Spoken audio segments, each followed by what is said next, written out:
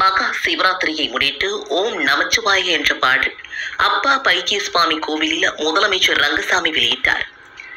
மகா சிவராத்திரியை முன்னிட்டு ஓம் நமச்சிவாய என்ற பாடல் அப்பா பைத்தியம் சுவாமி கோவிலில் முதல்வர் ரங்கசாமி பாடலை வெளியிட இந்திரா காந்தி மருத்துவக் கல்லூரி மற்றும் மருத்துவமனை இயக்குனர் உதயசங்கர் பெற்றுக்கொண்டார்.